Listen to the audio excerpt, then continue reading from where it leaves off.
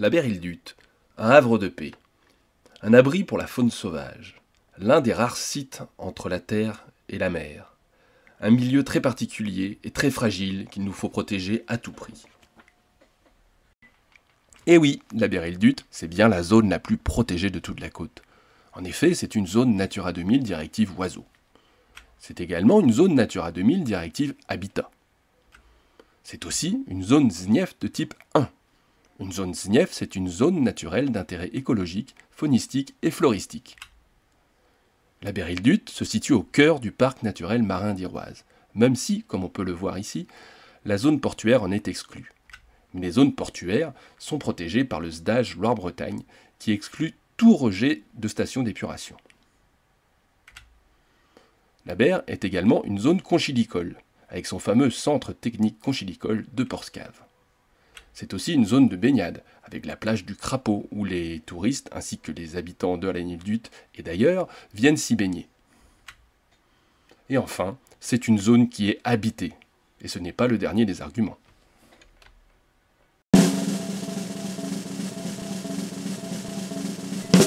La station de traitement de Saint-Dénec se situe sur la commune de Porspoder, précisément ici. Elle est implantée sur le bassin versant du site de baignade de Mazou, qui se situe à l'ouest, par là. Mais les eaux traitées ne vont pas vers Mazou, ou elles ne vont plus vers Mazou. Elles sont acheminées via une canalisation jusqu'à la lagune qui se trouve au sud, ici. Les eaux de cette lagune débordent et sont aspergées sur une zone, ici, sur cette parcelle, certes trop petite, mais qui a le mérite d'exister. Puis les eaux qui ruissellent arrivent inéluctablement dans la vallée, ici, et se mélangent avec les eaux de la rivière de Melon. Ces eaux cheminent sur près de 2 km à travers la campagne pour arriver, au final, sur le site de baignade de Melon, ici. Nous voyons ici la lagune et la zone d'aspersion sur laquelle est rejeté depuis le début le rejet de la station de traitement de Saint-Dénec. Pays d'Iroise Communauté a eu une idée géniale en 2018, celle de déplacer le rejet de la station de traitement de Saint-Dénec en direction de l'île-Dut et de son aber. Pour cela, elle a creusé la campagne, elle a fait passer ses canalisations à travers plusieurs vallées, elle a traversé même à plusieurs reprises des cours d'eau, et elle a traversé sur environ 3,7 km la campagne pour en arriver à Lens-Saint-Gildas, sous son parking.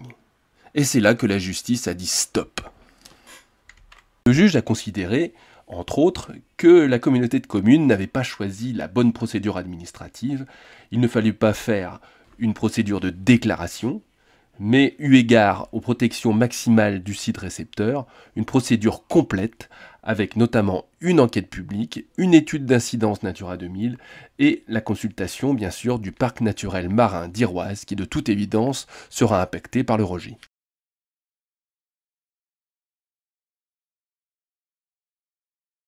La toute nouvelle étude d'impact concoctée par la CCPI et son bureau d'études ICEMA est passée devant le conseil de gestion du parc marin d'Iroise en novembre 2024. On ne va bien sûr pas revenir sur l'intégralité de ce dossier qui est bancal de A à Z, mais on va s'attarder sur certains points précis qui démontrent à quel point, dans ce dossier, on marche sur la tête. Le bureau d'études commence sa démonstration par une affirmation non étayée selon laquelle la plage de Melon serait gravement polluée par le rejet de Saint-Dénec. Dont acte, c'est donc que le rejet est très polluant. Mais toute la seconde partie de ce dossier consiste à démontrer que le rejet n'aura absolument aucun impact sur la Berre-île-Dut. Et oui, parce que ce rejet n'est pas polluant bien sûr, il y a des lampes UV qui ont été installées à la sortie de la station de Saint-Dénec et qui rendent ce rejet parfaitement propre. Et oui, parce que si les lampes UV sont capables de dépolluer pour un rejet à l'île-Dut, elles le sont tout autant pour le rejet actuel près de Saint-Dénec. Et elles sont d'ailleurs en action depuis 2 ans. Bon ok, admettons, c'est écrit, le rejet ne serait pas polluant. Mais imaginons maintenant qu'un accident survienne et que les eaux usées non traitées se déversent directement dans la mer. Ne serait-ce pas une catastrophe écologique ? Mais non, car la CCPI a réponse à tout. Et la réponse à cette question épineuse est la suivante. Lors des opérations de maintenance ou en cas de dysfonctionnement, les effluents traités rejoindront temporairement l'actuelle zone d'infiltration afin d'éviter toute dégradation de la qualité sanitaire de la berre. Cet argument est répété à 2 reprises, notamment dans la partie concernant le SDAGE Loire-Bretagne sur le paramètre eau de baignade ainsi que sur le paramètre eau conchilicole.